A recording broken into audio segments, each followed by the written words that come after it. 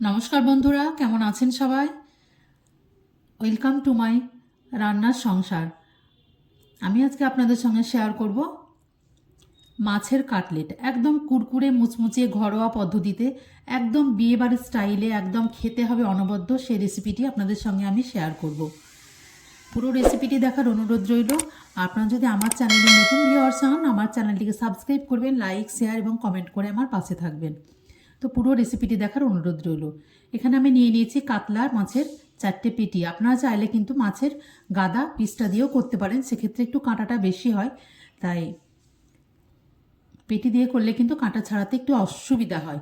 আপনারা চাইলে এটা জলে সেদ্ধ করেও নিতে পারেন, আমি এখানে এটা লবণ হলুদ দিয়ে ম্যারিনেশন করে রেখে হালকাভাবে, খুব হালকাভাবে কয়েক সেকেন্ডের জন্য তেলের মধ্যে দিয়ে যেন মাছটা নরম হয়ে যায়, তারপরে এটা তুলে নিয়েছি।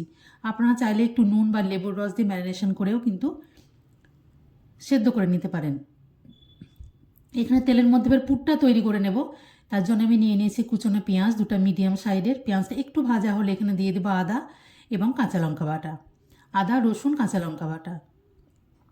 এটাকে একটু ভালোভাবে ভেজে নিয়েছি। এবার কিছু গুঁড়ো মশলা এখানে মেশাতে থাকবো।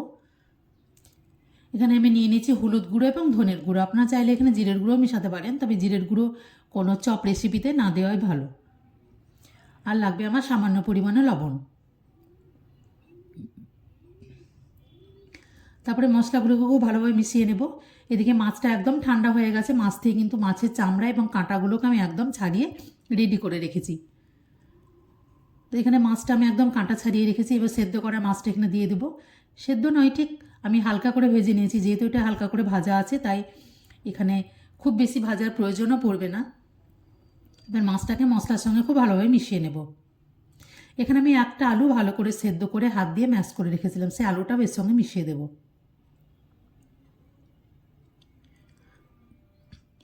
এখানে আমি নিয়ে নিয়েছি ব্রেড ক্রাম্স, 2 থেকে 3 চামচ পরিমাণ ব্রেড ক্রাম্স এবং সামান্য ভিনিগার। ভিনিগার দিলে কিন্তু মাছের আঁচটা কিন্তু একদমই থাকবে না। ভিনিগার দেওয়াটা আমি একদমই মিস হয়ে গেছে আমার। আর নামিয়ে নেওয়ার আগে দিয়ে দিয়েছি সামান্য পরিমাণে গরম মশলা। পুরটা আমার একদম রেডি। এবার পুরটাকে ঠান্ডা করে নেব। এদিকে একটা পাত্রের মধ্যেই নিয়ে নিয়েছি সামান্য পরিমাণে লবণ আর একটা ডিম। একটা ডিম দিয়ে কিন্তু পুরো রেসিপিটি তৈরি হয়ে যাবে। ডিমটা খুব ভালোভাবে গুলিয়ে নেব। এদিকে একটা পাত্রের মধ্যে আমি ব্রেড ক্রাম্স রেডি করে রেখেছি, আর পুরটা কিন্তু একদম ঠান্ডা হয়ে গেছে। সেটাকে আমি 6টা বড় বড় ভাগে ভাগ করে নিয়েছি। আপনারা চাইলে একটু ছোট সাইজেরও করে নিতে পারেন। এভাবে হাতের সাহায্যে নিয়ে আপনারা যে কোনো নিজের ইচ্ছা মতো একটা শেপ দিয়ে নিতে পারেন। আমি এখানে এভাবে প্রথমে একটু গোল করে নিয়েছি। তারপরে এটাকে ডিমের গোলার মধ্যে একটু ডুবিয়ে নিয়ে এবার ব্রেড ক্রাম্সের মধ্যে ভালোভাবে কোটিং করতে হবে। আপনারা চাইলে এটা সিঙ্গেল কোটিংও করতে পারেন বা ডবল কোটিংও করতে পারেন। দুই ক্ষেত্রে কিন্তু খুব ভালো হবে, কোনো ক্ষেত্রে কিন্তু ভেঙে যাওয়ার কোনো ভয় নেই। এভাবে ভালো করে কোটিং করে নিয়েছি। তারপর এটাকে আমি একটু শেপ দিয়ে নেব। আপনারা চাইলে এইভাবে গোল শেপও রাখতে পারেন, কিন্তু আমি এটাকে একটু চৌকো আকারে এভাবে কোনাকুনিভাবে শেপ দিয়ে নেব। এভাবে হাতের সাহায্যে বা ছুরির সাহায্যে এভাবে শেপ দিয়ে নিয়েছি। আপনারা আপনার পছন্দ মতো গোলভাবেও বানাতে পারেন। এখানে আমি এটা সিঙ্গেল কোটিং করেছি, এবার এখানে এটা আমি ডবল কোটিং করেও আপনাদের দেখাচ্ছি। হাত দিয়ে ভালোভাবে আগে থেকে শেপ করে নিয়েছি। তারপর এটা ডিমের গুঁড়োয় ডুবিয়ে আবারও কোটিং করে নেব। একটু আদা রসুন বাটা, তার সঙ্গে ভিনিগার কিন্তু অবশ্যই দেবেন মশলার মধ্যে। আমি এটা দেখানো ভুলে গেছি, কিন্তু আমি ভিনিগার দিয়েছি। এটা একবার কোটিং করে নিয়েছি, এটাকে আর একবার ডবল কোটিং করে নেব। আপনারা চাইলে ডিমের গোলার বদলে কিন্তু ময়দা বা কর্নফ্লাওয়ারের গোলা দিয়েও তৈরি করে নিতে পারেন। একটু পাতলা করে কোটিংটা করতে হবে, তাহলেই কিন্তু হবে। খুব মোটা কিন্তু করা যাবে না। হয়ে গেছে আমার দুটোই রেডি। এদিকে আমি সবগুলোই বানিয়ে নিয়েছি। এদিকে আমার তেলটা একদম রেডি হয়ে গেছে। একদম আঁচটাকে একদম লোতে রেখে প্রথমে এগুলো আমি দিয়ে দেবো। তবে তেলটাকে একদম হাই ফ্লেমে গরম করলে কিন্তু একদমই হবে না। কিছুক্ষণ রেখে দেওয়ার পর এক পিঠ ভাজা হয়ে গেলে এটাকে আমি উল্টে দেবো।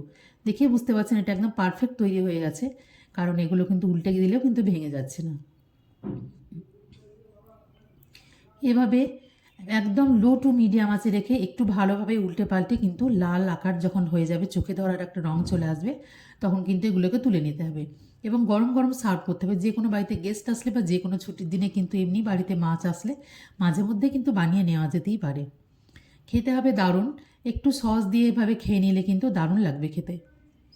এখানে আমার 3টে তুলে নিয়েছি, আরও যে 2-3টে আছে সেগুলোকেও এভাবে ভেজে তুলে নেব।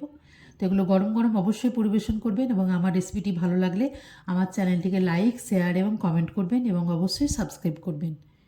পুরো রেসিপিটি দেখার জন্য ধন্যবাদ।